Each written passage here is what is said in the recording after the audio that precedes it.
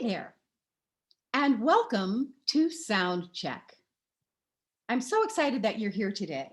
This is very exciting, and we are looking forward to having a wonderful conversation today.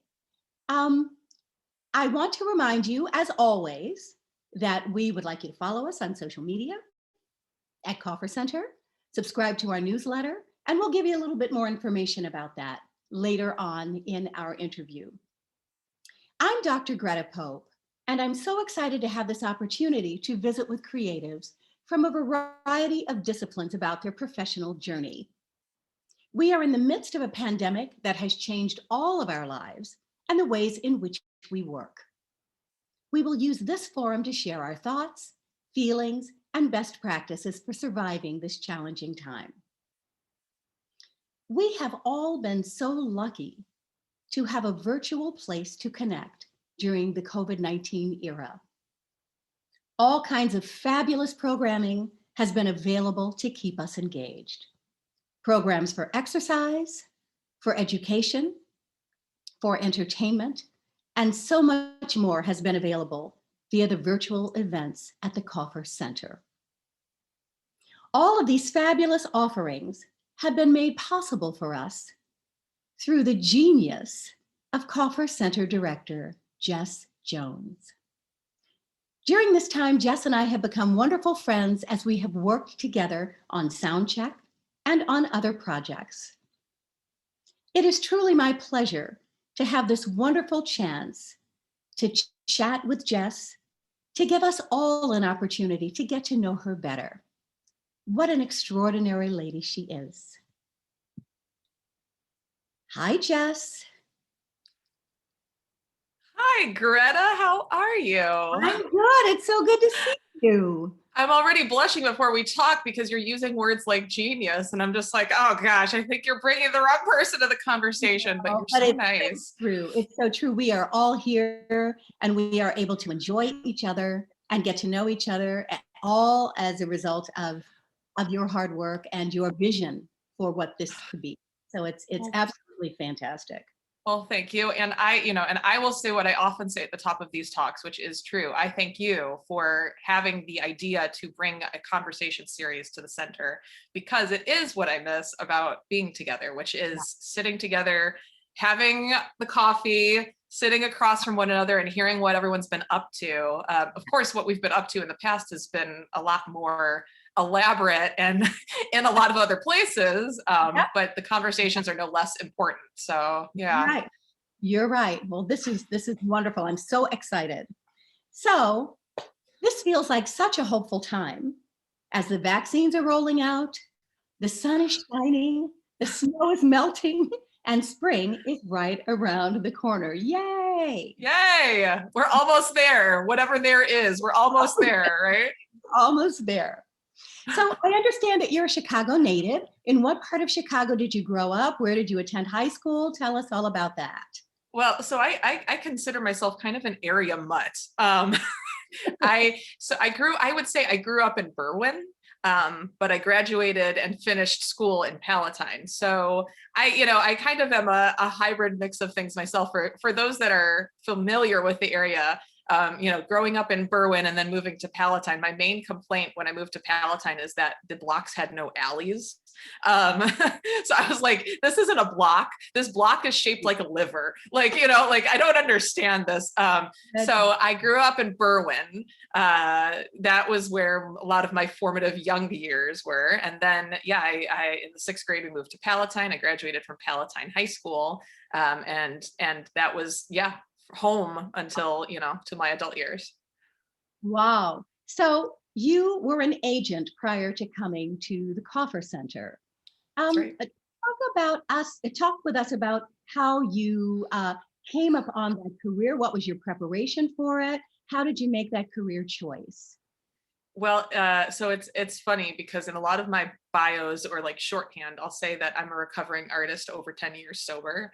But that is the joke that I make. I left high school with the intention.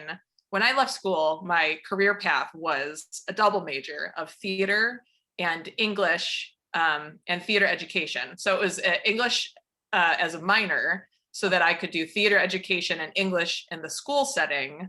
And my dream was to be an actor. So I somehow thought when I left school that I could somehow make a career path of acting and then teaching to pay the bills. And that was like the dream. And I was in the theater education program. And the moment that we had to start making curriculum based on like public school standards, I was like, oh, I can't teach to the whims of my fancy and like what seems to serve the people in this room. No, I'm absolutely disinterested in this. And that was when I realized that I was not cut out to be a curriculum-based teacher in the formative sense of the word. And so I ultimately ended up graduating with a bachelor's in communications because like whatever I'm doing, communications is the thing. But while I was doing my bachelor's, I did an internship at O'Connor Casting. Okay. And that was the transition. I went there thinking that if I do my internship here and I get familiar with the casting space, Brad Burton, who used to work there at the time, had said, yeah, we can help you get an agent leaving here and we'll feel comfortable calling you in because you'll have been in enough sessions that you'll know how to audition for us like confidently and successfully. I was like, great. But I sat in the sessions and I started to feel less like I wanted to put myself on parade and more like I could see the person that would come into the room and could nail it. Like I could tell. And they were actually generous enough to me at the time that they would allow me to, like, once I think they got to know me a little bit better, they would allow me to actually give some feedback in the sessions, which now I think about like the audacity of an intern being like, can I say something? Like, I'm like, I think about that now. I'm like, the answer is hell no. You're an intern. You don't get to say anything here. You listen, like you sit back. But they were kind enough. They're like, yeah, sure. And I would occasionally like give a note in a session just because I could see what it was that the actor wasn't putting together. Like I could see the brain of casting because I was behind the scenes with them, but I could sympathize with the plight of the actor up there. And I understood what the disconnect was in their body and their mind because they weren't understanding what the direction was just because of their discipline. Yes. And I was like, the words that you're saying over here are right, but they aren't going to help the person up there. Right. And so that was where I started to get my sea legs, which I was like, I understand this side of helping those people do it. And it was so much more life-giving for me at that time to be part of the process in an affirming of the process way, instead of trying to insert myself into the process and see if I could collaborate with it. Like as the creative, I became more passionate about how the sausage got made. Yeah, and that was when I was like, oh, I don't need to be an actor to do this. I don't think I want to be an actor to do this. That is fabulous. So you were sitting on both sides of the table in a way. You know, you were able to understand the plight of the actor, but also understanding the plight of the agent, you know, and able to connect. That's fantastic. Right. Yeah. That was the transition. That was the shift right there, was in those sessions. Yeah. That's great. So how long were you an agent and how did you go from being an intern to being an employee, and how did that work? Well, so I was freelance in casting after I finished my undergrad program. So I was just working as a freelance associate for the casting offices. And I actually ended up doing some reality projects. You know, they'd come to town and they need an associate to work on a gig for like a handful of weeks. And so I'd start to do that. You know, the casting office gets the call like, hey, who do you have that might be a freelance associate? And they'd be like, hey, are you free? I'm like, totally. Yeah, I got nothing but time. So that was where I started to just kind of like get some momentum doing it. And it was during that time that I just wanted a desk. Like I just wanted something consistent. And I sat down on Claire Simon's couch crying about it because I was freelancing with her and the project that she had me on just ended. And I knew she wasn't like, she didn't have, her house was full. So I knew I wasn't like poaching a conversation, be like, will you hire me? But just like, what do I do? And she's like, can I make some phone calls for you? Like, can I just email some people and say, hey, you worked with me. And is anyone taking meetings? And so I met with a couple of people just out of her good graces to like, you know, go out on a limb and recommend that people, if they were in a position to meet with me, she would say, do it. And I became an agent first at Lily's Talent in 2007. And that was where it began, was Lily met with me. She's like, well, it's a pleasure to meet you. I don't have any positions here right now, but I'd be happy to represent you. I'm like, that's hilarious. I'm like, because now I guess I'm an actor again. Like, you're going to be my agent. And she's like, I'm going away on a trip. I'll be back in 2 weeks. Get a hold of me and we'll get you on the roster. I'm like, okay. And I'm like, well, acting isn't not working. So I guess I can get a job, just again, not like I thought. And she comes back from her trip and she's like, are you still like looking for a regular job? I'm like, sure. She goes, well, my on-camera agent was waiting until I got back from my trip and she just turned in her notice. Oh And my God. she's like, so if you want to be an on-camera agent, I was like, sure. She goes, but we can't represent you. I'm like, no, I understand that. I understand. And so I went from like almost having an agent to becoming the agent that I almost had in 2 weeks time, which was a strange like mental shift. And that was where it began. Yeah. I just started at Lily's Talent in 2007. Yep. Timing is everything. Everything. Unbelievable. Totally. Totally. And you can't plan it. And you can't, it's like so many other things. Like you could position yourself for the good things to potentially happen, but you can't predict it. You can't coordinate it. There's like luck and intention, right? And sometimes things happen when you've set the intention and then luck's on your side. So what is the old adage? Luck is when opportunity meets preparation. And that's it. True. It is so true. That's it. 100%. Yeah. So tell us about some of the more exciting experiences that you had as an agent. Are there any that stand out in your mind? So I spent the majority of my career at Grossman and Jack Talent. I was there from 2010 until I decided to hang up the hat. And while I was there, I had a number of folks test for and a couple book pilots during pilot season. And I'm shouting out directly to the camera because actors know as well as I do, nothing can prepare you for pilot season until you're in pilot season. It's a different type of like a hurry up and wait when pilot season's happening, because there's the career and then it's like the luck and the preparation thing. And I would say it's the most exciting time, but it's also like for me, that would be the most sweat inducing, like sick stomach, like, also because I'm a person that likes to cross my T's and dot my I's. And so there were so many times that I was sitting with like full length test option agreements, trying to read everything, trying to make sure that there wasn't something that they were asking for that I hadn't thought to talk about with our client, and knowing that those test option agreements are, for those that don't know, let me back up because I don't know who's watching this. If an actor auditions for a pilot on television and the network wants to test them for the series, like a studio test, network test, they will put the full length contract agreement out before the test happens, because you're not going to negotiate terms once they want to go ahead, because then you have them over the barrel. So they will give you the full length contract. And then there's options in this contract basically for a series. So you have like the next 7 years potentially outlined in this contract. And this is before an actor's gotten the job. So that, to me, my responsibility to another person in that moment was so like, it's so exciting because it's career changing, could be career changing. If you book this pilot off this test, and if this test is greenlit and goes to series, you could be a series regular. The next number of years of your life could be written for you. And then the rest of your career after that could be written for you if you have the right show under your belt. So like, none of us know. It's like it's the lotto ticket. This could be a lotto ticket for you. But similarly, you don't want to be a yes man, like, because it's also the next 7 years. And the last thing I ever want is a year from now, someone going, I wish when we were all flurried and panicked and excited that we asked for this and now we didn't. And always just like my responsibility to another person. Yeah. What I would often say to clients is, I want us to make the decision now that we'd make if we had it to make all over again, which was also kind of a coded way of saying, I don't want you to be disappointed in my collaboration for your career in the future.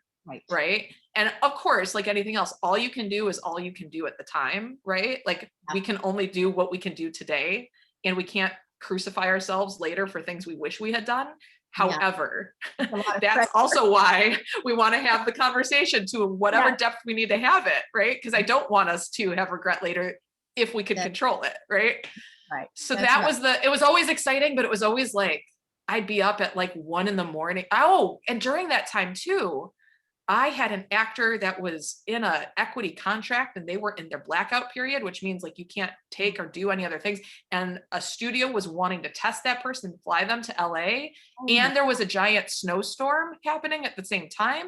And I'm calling the casting director at the theater. I'm like, hey, so this major network has this pilot with this star and they want to test this person.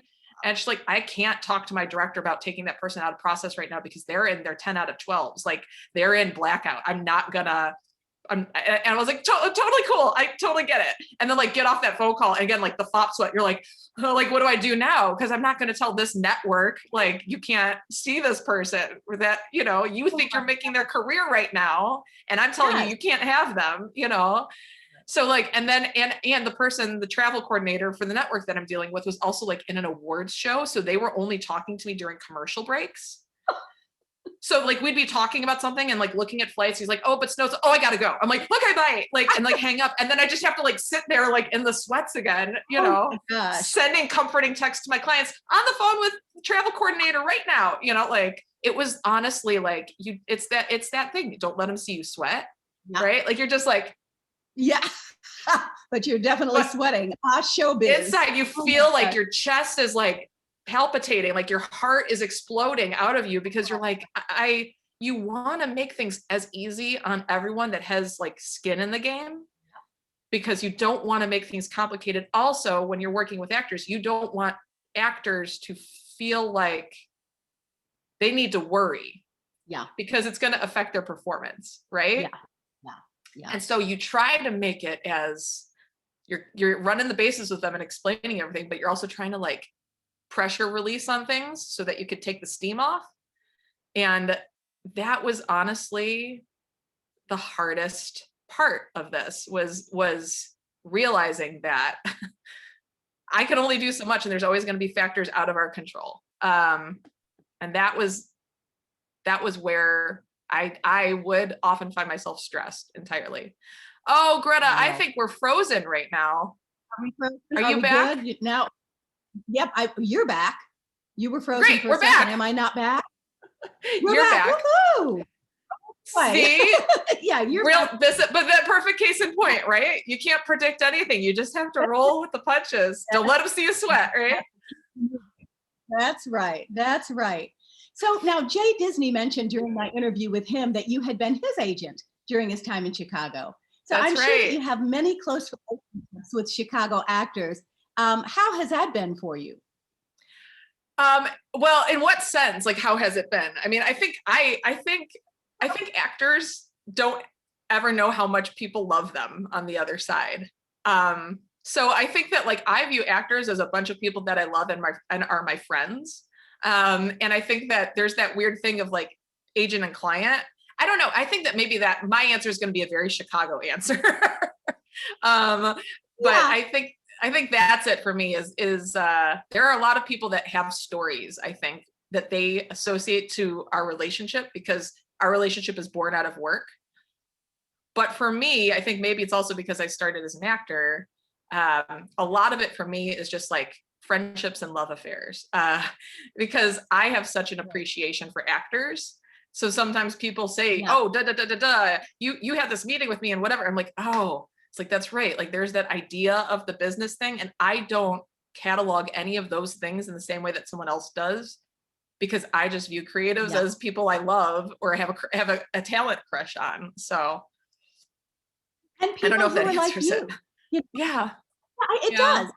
People who are like you really empathize with the plight of the actor. And I think that's great. It puts you in a very unique position. Yeah. I love actors. I love actors. And I think that, I mean, and I may be jumping the gun on the questions that you might want to ask, but I think that was part of what was the impetus for me to move to this side of collaborating is that it was difficult on my ever loving heart to be an agent. Yeah. It's a lot. Yeah. It's a lot.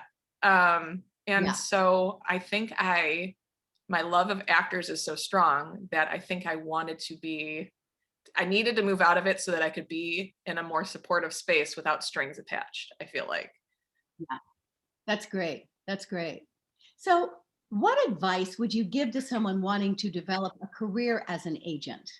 What advice would you give to them, or what would you tell them? What skills they need to sharpen, or emotions they need to check, or whatever? I mean, I think I can only speak from my one experience. I think the more uniform answer I would say is inform yourself about your opinion and trust it. I think that there is a lot, I think that the agent's creative lane is knowing what they love, knowing what they respond to, knowing what they're excited about. The agent's collaboration with any process is having an opinion and being passionate.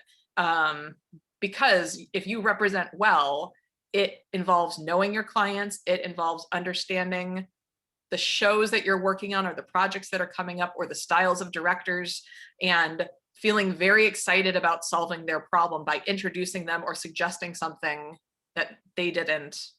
I mean, it's in Chicago, at least, that, and that's where we partner with casting, because that's a lot of what casting does too. So I consider agents being kind of allies to casting in that way, right? Agents are shepherding their roster and they're providing those solutions to casting. So I think for an agent to become empowered in their position is trust your taste, inform yourself about your opinion, and get to know your clients really well, because then it becomes an exciting part of problem solving when a project comes up. And of course, watching a lot of TV, watching a lot of movies, you know, being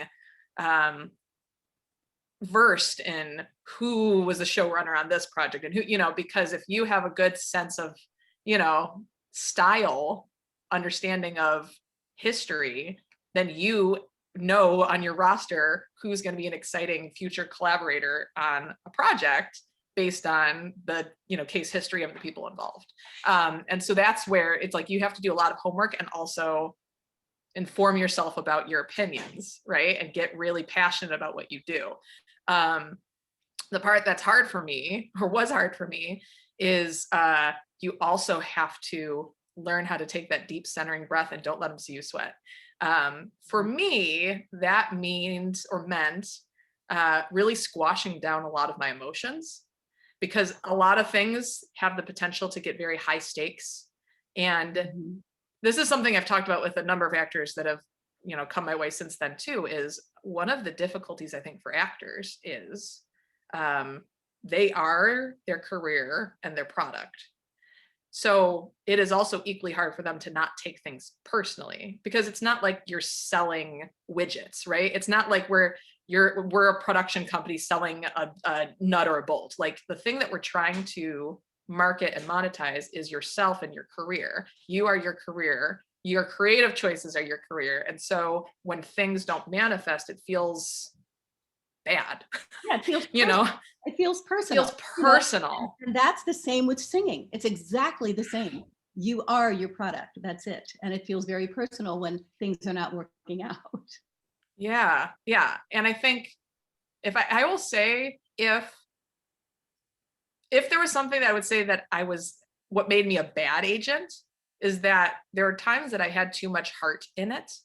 And so when an actor would make a decision for their career that was related to what their opinion was of my work as their partner for their career, it's hard to not take that personally when you know how much you love a client.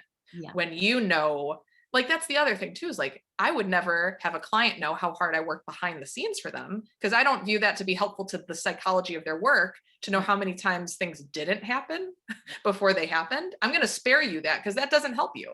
Yeah.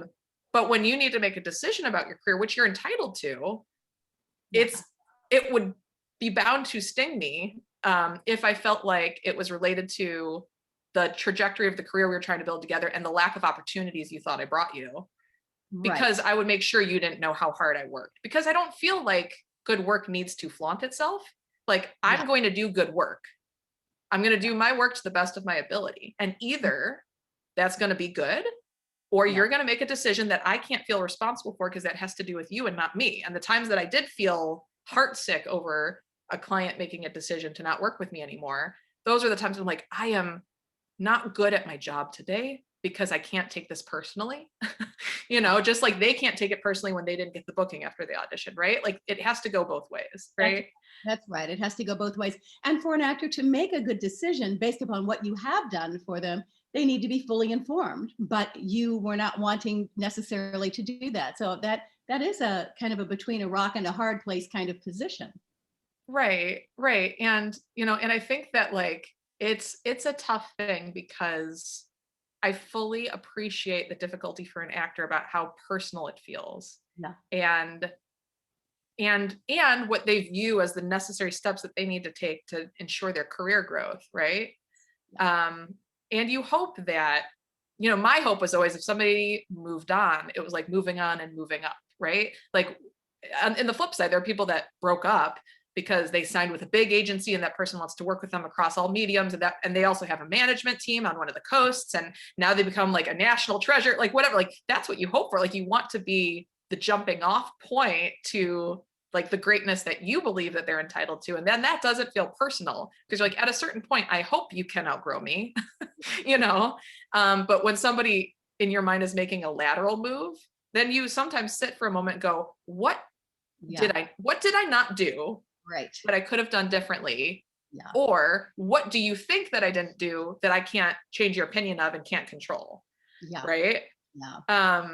And the other part of that though is on the back end in review, I realized that I started to become an unemotional person Um, in my life. mhm. Which is to say that I was looking at the emotional facets of my life analytically and clinically when I wanted to be more emotionally present for my own like human experience. Yeah. Because agents are kind of looking at everything at a glance and problem solving and you know what I mean, analytically, clinically trying to navigate, and it's a part of multitasking. You have this project over here, and then these people are on check avail, and so there's nothing to do. So then you go to submit over here, but then somebody that you had a check avail on has a conflict, so you need to check back in with casting and see if they've booked it yet, or if that person still need to hold. And now somebody's on the phone with a new project, so you got to take like. So I think the brain that you have to train is hard to just like distill into that career and then turn off and then show up for yourself again. Yeah. And so I found that to be pretty toxic on my personal life. Yeah. Yeah. And it's honestly, to be fully transparent, it is still something I'm undoing. I'm Yeah. working on being really emotionally present for myself and encouraging people through the Coffer Center to like name their demon, instead of like push it away so that you could like perform. Be Yeah. like, say exactly what makes you feel uncomfortable right now about this material that we're working on. Say exactly what baggage you're bringing into the room when you audition. The more that we name these things, it both legitimizes our experience and doesn't like make our brain thinks it's bad or naughty to feel these ways, right? That's great. That's great. That's wonderful advice. Wonderful advice, because I think, people don't get that. They feel that they can just kind of skate on top of all the bubbling emotions and turmoil underneath. That is wonderful advice. Name it, face it, and figure out how to deal with it. Yeah, there's I think Bill Hader. There's a video online, and I use this as a reference point because I think it's true for a lot of things. It's a video online about anxiety, I think, that he did, and it was meant for like a young audience. But he was talking about how he had a really hard time on SNL because he'd like have the anxiety thing stem up, and then you start to think like, I am anxious, I am da da da da da da, and it starts to become like almost a self-fulfilling prophecy. But then when he started to think of the anxiety as a monster, just like a little guy, and would come out and just be there, it's like, oh, you're here, it's you, Yeah. it's anxiety, why did you come out? And then like sit with your anxiety and until it goes away again, right? Like just like a little pet, right?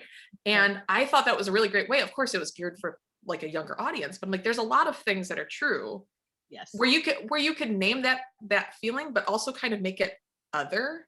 I am not my anxiety. Yes. I am not my, imposter syndrome, right? Like I am good at this. And the imposter monster that makes me think that I'm not like efficient, sufficient, good enough for whatever is here. And I'm going to ask the imposter monster what snack on the table made him come out. What about this made you come out from the shadows right now? I am not that. I am me. I am me, but I can also acknowledge the otherness of my feeling right now and sit with it. And the more that I let it be here, the less it becomes like I don't shoo it away under the bed and act like it's not here or doesn't exist. Yeah. So I think that was a great little video reference point because the more that I've thought about that as kind of a metaphor, like there's a lot of things in industry that are that way, right? Yeah, absolutely. Or can be that way. And Absolutely. so I think that that's something I've been working on with myself because I think my agent life, like there's so much squishing. Yeah. so that you can continue to do what you need to do today. Yes. And now I'm undoing that, which is like, I'm not squishing, I'm not chewing, I'm inviting and sitting That's and good. going, what is it that I feel and why do I feel this way? And it's not me, it's just the fear monster. It's just the pandemic life. It's the sad monster, right? That's What right. am I sad about today? You know? That's right. I think that is tremendous. I think it's fantastic. You know, a real tangible way of dealing with things that do come up for all of us that we would prefer that did not come up. So it's a way of Yeah. dealing with them. It's great. It's great. Well, and permission, granting it, you know, Yes. inviting it, allowing it, and not letting it be bigger than what we believe we are able to deal with. Absolutely. Absolutely. That's great, Jess. So, well, we are all delighted that you made the transition to the Cawker Center. And we are all in awe of the tremendous job that you've done at the Cawker Center, particularly during the pandemic. You have not missed a beat. You were immediately able to pivot and create programming that has been so powerful and helpful to everyone. Tell us how you've come up with such great ideas to keep the Cawker Center viable during this time. Oh, well, you know what? I might have to do something unexpected if that's the question, because he's here in the background with us. And I almost might have to make Henrique turn his camera on too and let people know that he's here. So Henrique, if you're not indisposed right now doing something else while you're in our session, I invite you to say hi, pop on and go away again if you want. But I need to point out that it's not just me behind the scenes getting things done. We have been, Henrique and I together. There he is. He's there and he's gone. That's Henrique. That's Henrique. Henrique and I together immediately when everything started to shut down. It was pretty clear to me that, well, okay, it was not clear to me how long that we would all be doing this. I don't think it was clear to any of us. Which is probably good, because some things you should not know what you're about to go through until you're going through it. If we'd all known on the front end, I think that would have been bad. Yeah. Awful.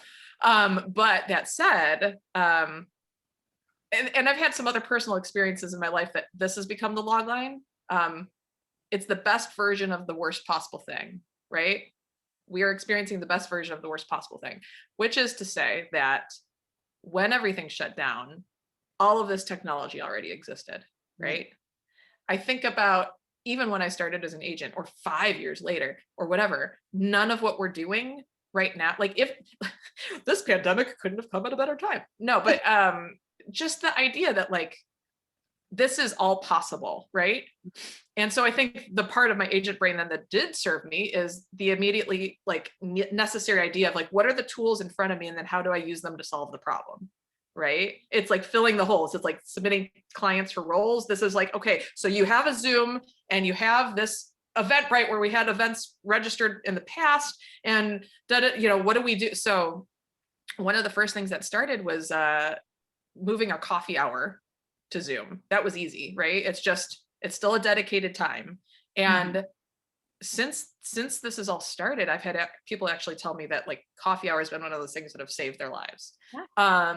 And I don't mean that to be like an overinflated statement, but it makes total sense, because having a dedicated space to connect with people when we are so isolated is a lifesaver.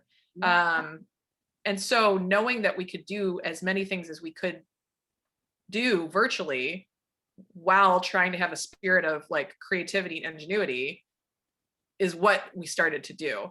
And then that same way, Henrique, who popped on, also started to say, well, I could do the tech sessions. Let's do tech sessions, because one of the things that he was originally brought on to do is to do tutorials, demonstrations, hands-on stuff at the center, so that he could sit down with someone, do a session with them, do a training or whatever they needed to do. We could set up a one-on-one. So then the question ends up becoming, well, how do we do that digitally? And so he's started to do our tech sessions where he's going through iMovie or Audacity, things like this that because now people need to do so much more for themselves at home. And I think we've both kind of had the same idea, which is both, we want you to be empowered to do as much for yourself as you can, while also not, falling on your own cross, thinking you need to get it all done, in a vacuum by yourself.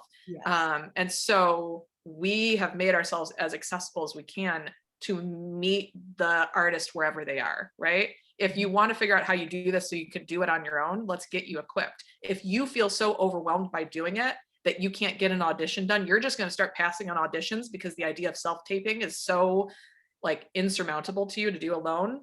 I don't want you to miss on jobs just because you can't submit the audition. That's asinine to me. Like, I don't want anyone to feel that way. So what do we need to do to get you to the other side? If that means that we are jumping on Zoom and helping you complete that self-tape without you having to edit a darn thing, we will do that so that your agent gets a tape, because there's no reason you should be taking yourself out of consideration unless you're doing that from a place of power, which is to say, the sad monster's been visiting me for so long that I don't think I do a good job on set right now, and I need to pass on auditions. Yeah. Awesome. Because you're knowing yourself enough to do it from a position of power and not just be someone's yes man because the opportunity is there. But if you're saying no because you don't know how, you can't think of, and it's no, then let other people, one of the things we talk about in our studio jams a lot at the top, or what I try to say a lot at the top is, you've shown up for yourself, and so you're showing up for each other, and you're lending your authority and your excellence to someone else. And if you can also admit what you don't know, someone else is going to raise their hand and say, oh yeah, me too. And we're all going to get better together. And someone else is going to raise their hand and say, I know. And they're going to be able to help you, which also means we all get better together. And somebody's been able to tap into their excellence and support you, which means that they've become a resource to you. And that's a great thing for them too. Yeah. So that's where my brain was immediately when everything shut down. Was I felt like I could see all of these things in my mind. And then I immediately went, okay, so how do we create bridges and patches so that people don't have to experience them alone? Yeah, and struggle. Yeah. That's struggle. Yeah. Yeah. Yeah. That's great. That's great. Well, we're all very grateful for everything that you and Henrique have done, because it's just been so like robust and just really, really good stuff. Thank you, Greta. You're welcome, Jess. So what has your experience been working from home? I know that you have children that are in different age brackets. How have you been keeping them engaged so that you can work?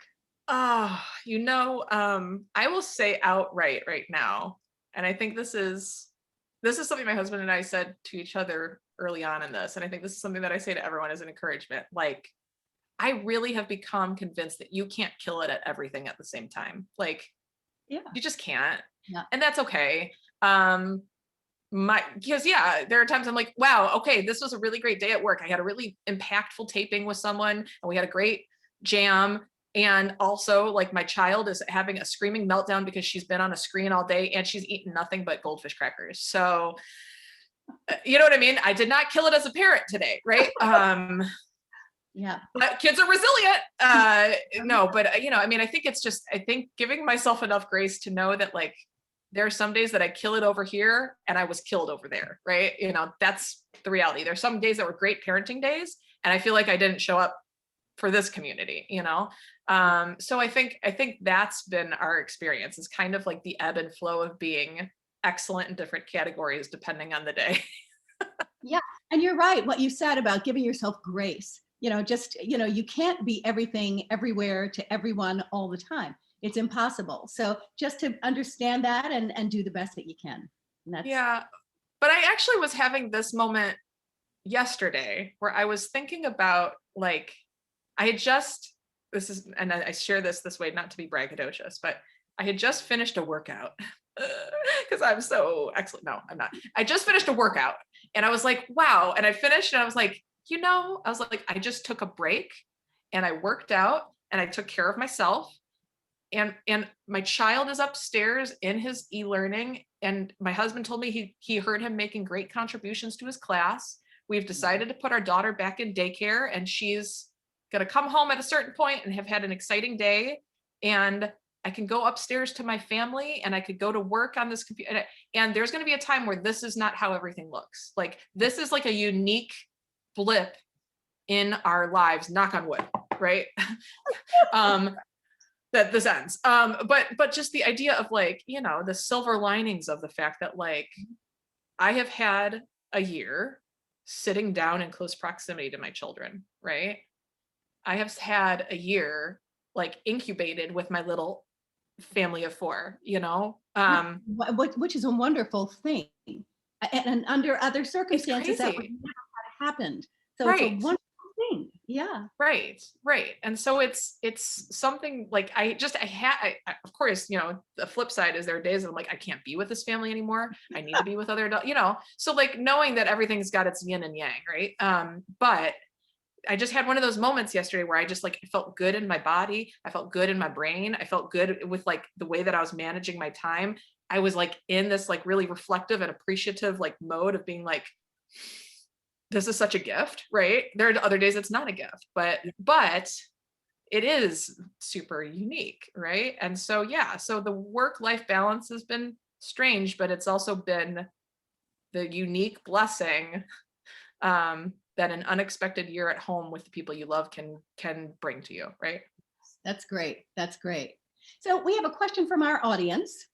Yeah. How have you maintained a sense of self aside from the identity of being a parent and an actor resource? Oh yeah. Oh yeah. That's a funny and tough question.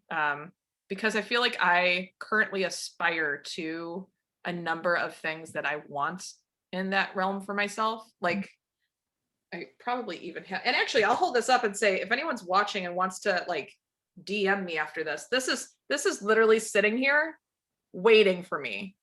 Like I aspire to go through this because one of the non-specific tasks or hopes for myself is that with no expectation, with no agenda, I want to like try to put some of the things in my head down in text and start to write and make that a creative process. That has no bearing on my professional life. That has no bearing on my personal life. It has no agenda.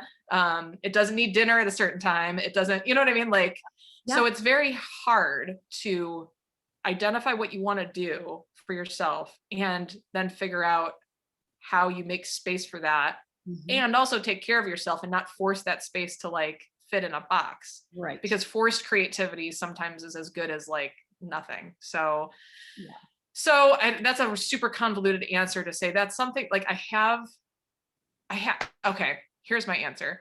I need to sit with myself more and ask myself what excites me as a person, right? And then ask myself, how do I need to make space for that so that the life-giving side of me is cared for in a way that serves all the other parts, right? Because the other parts will always take precedence because they always need more. And there's always agendas that are externally dictated. And so you can always make space for those things because there's timetables, due dates, you know what I mean? Kids need doctor's appointments, your taxes need to be filed. Like, so that stuff all is very not easy to organize. It's easy to figure out how you have to get that done because other people are telling you that you have to get it done. That's right. Yeah, those things are the but but I'm going to talk about the pandemic again because what I have found is one of the things that has been life-giving is all of this virtual creativity that I've been able to attend. And that's been something for myself. Like I've made a point to go to Second Story events where they've been doing their virtual storytelling through Zoom. And I did the Red Orchid Magic Show, which was interactive. And we did that on Valentine's Day. And that was so like that, looking online and seeing the ways that people are becoming creative and creating in new ways and using this moment as not just a challenge, but a gift. That has been great for me. That's moments where I feel like I come to life is seeing creative processes and products and then getting to sit and not use this time as like a time of time out, but like as a unique opportunity to experience creativity in new ways. That's great. That's great. I understand that you've been helping artists with managing your media, development, and marketing efforts. Are you currently offering these services to artists? Tell us about them. If you are, how can people acquire your services? So through the Coffer Center, let's talk about what we've been doing kind of programmatically. We do weekly studio jams. On Cam Jam and VO Jam are what we're doing. And so those are safe workout sessions. And actually, I think I see some of the people that are here right now. Some of those have attended some of our jams. So those folks know what it's all about and can tell other people, you guys should be the ambassadors for that initiative.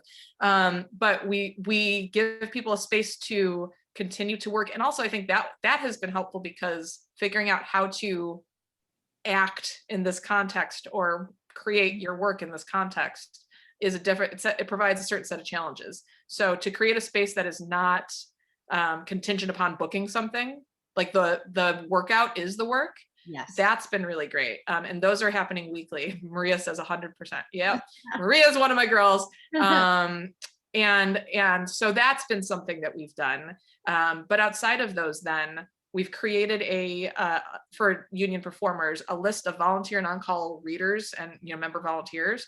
And so people have had the unique challenge of taping remotely without having someone that could be a reader going into the casting office. We have a list of like over 50 people now that are willing to be readers, and they can connect with one another. They're submitting their information saying, I am open to other strangers, union professionals contacting me and coordinating with me, so that I can be a remote reader. That's also what Henrique and I have been doing, is getting on Zoom and helping people create self-tapes or, get their materials together for audition opportunities, and helping consult on those things. And I've been doing that over Zoom and preferring to do it that way because if we record through Zoom, I see what they're doing instead of being remote from the device they're recording on. I see what the audition looks like. And so that's been, we keep saying MacGyvering, but like MacGyvering this has been part of the fun, to figure out how we use this technology to serve our agenda right now. So that's been a way that we've been serving people. And then Henrique is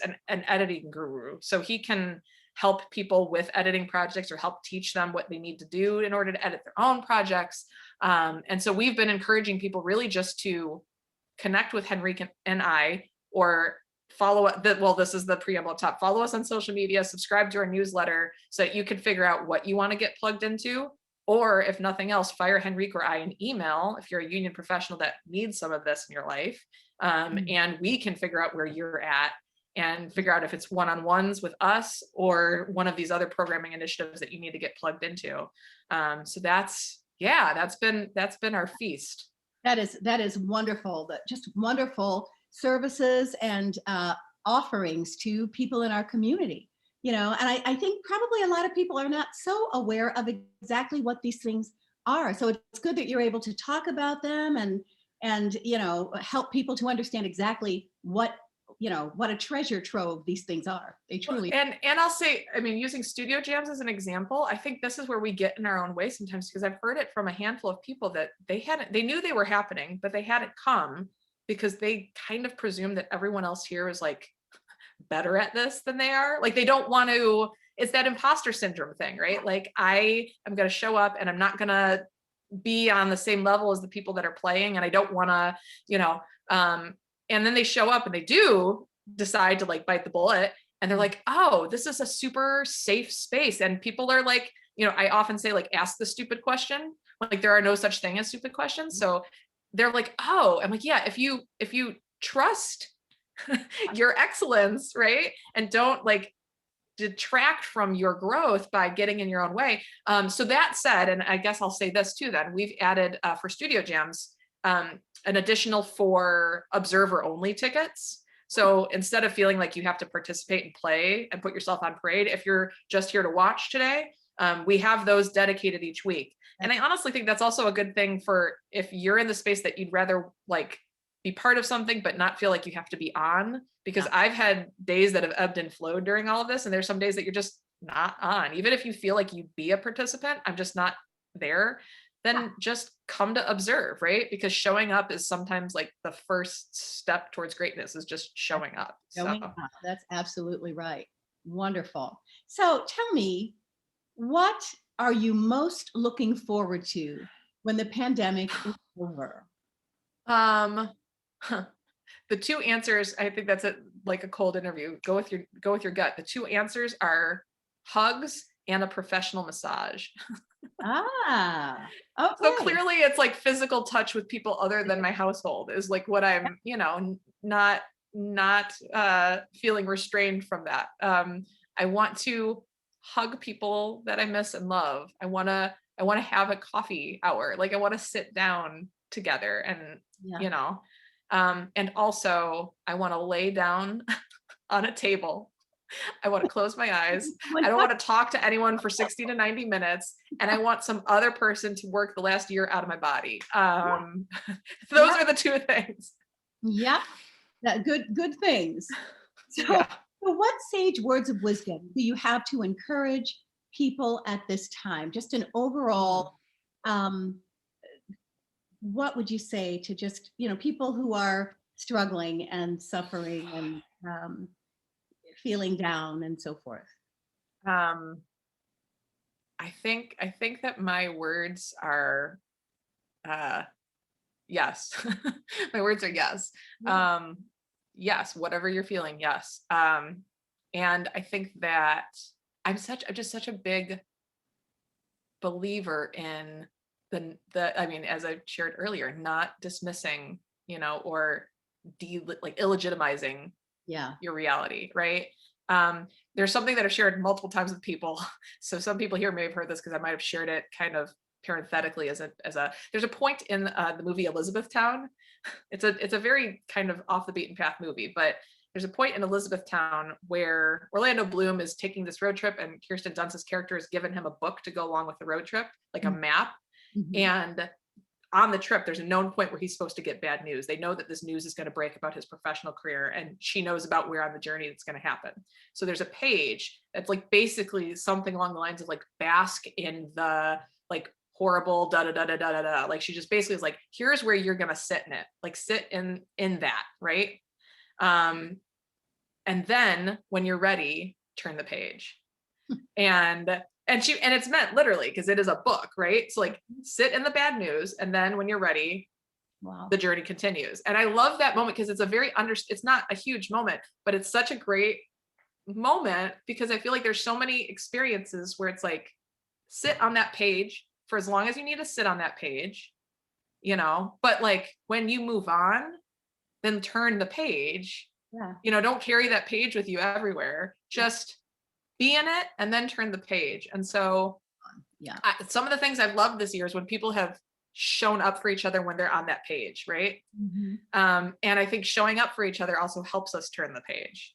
Hmm. Whether it's professionally, whether it's personally, people have verbalized things in our studio jams really about the struggles in their career. Like they're on the page, right? They're sitting on that page. Yes. And they're reading the page to you, basically. They're like, this is the page I'm on right now. And sharing that, I think, like makes the page lighter and easier to turn sometimes. So I think, yeah, the word I have for people is yes. That's Whatever you are this year, yes. And hopefully, if it's whatever you are this year, if it's not great, we can find a way that turn the page. turn the page. That's fantastic. Well, Jess, I want to thank you so much for being with me today. This has been such a treat.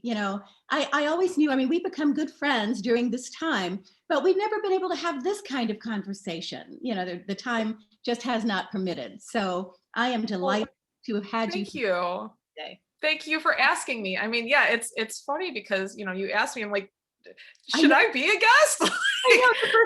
I'm used to being over here. So yeah, but your advice was wonderful. It's been great to hear about your background and your just your reasoning about so many different things. So it's been wonderful, and I'm going to give you now an opportunity to say all the things about the Coffer Center, all those announcements that you normally make up front.